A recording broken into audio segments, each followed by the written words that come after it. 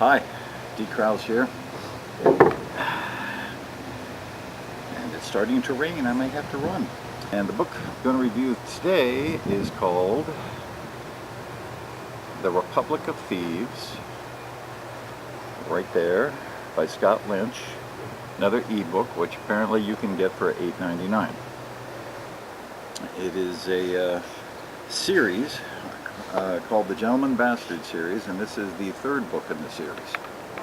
And I'll tell you what, I want to be a gentleman bastard. I think I've got the bastard part down pretty good. It's just the gentleman side that I need pointers with. So in order to do that, I need to spend some time with people who can teach gentlemanly behavior, like Father Chains, and the Crooked Warden, and the Sansa twins, and all the other crazy, marvelous characters that Scott Lynch has put in the series.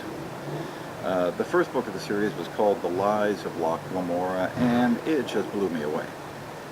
The second book was called Red Seas Under Red Skies, and not so much blown away, but it wasn't bad. But this one, the third one, The Republic of Thieves, back to being blown away.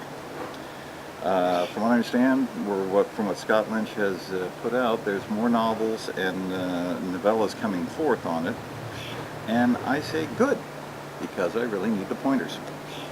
Now, for those of you who have not had the pleasure, the series follows the adventures of Loch Lamora and his sidekick Gene Tannen as they con and grift and steal their way across this fantastic land that Scott Lynch has created, that's filled with elder gods and wizards and nobles and the not so noble.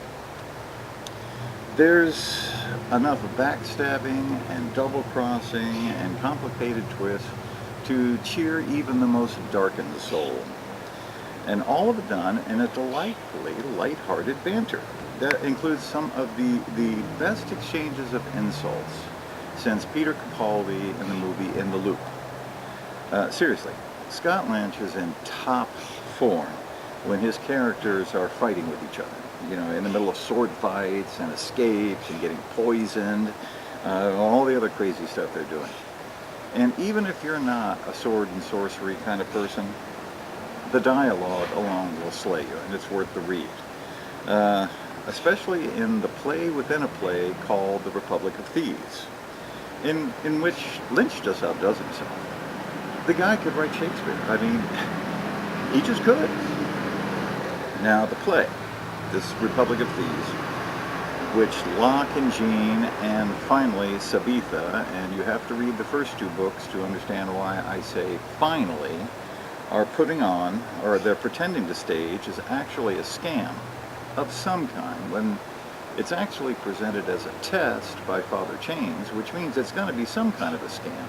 But you don't actually see the scam until you're well into the play, and only when some overbearing noble sticks his nose into the middle of the play's production.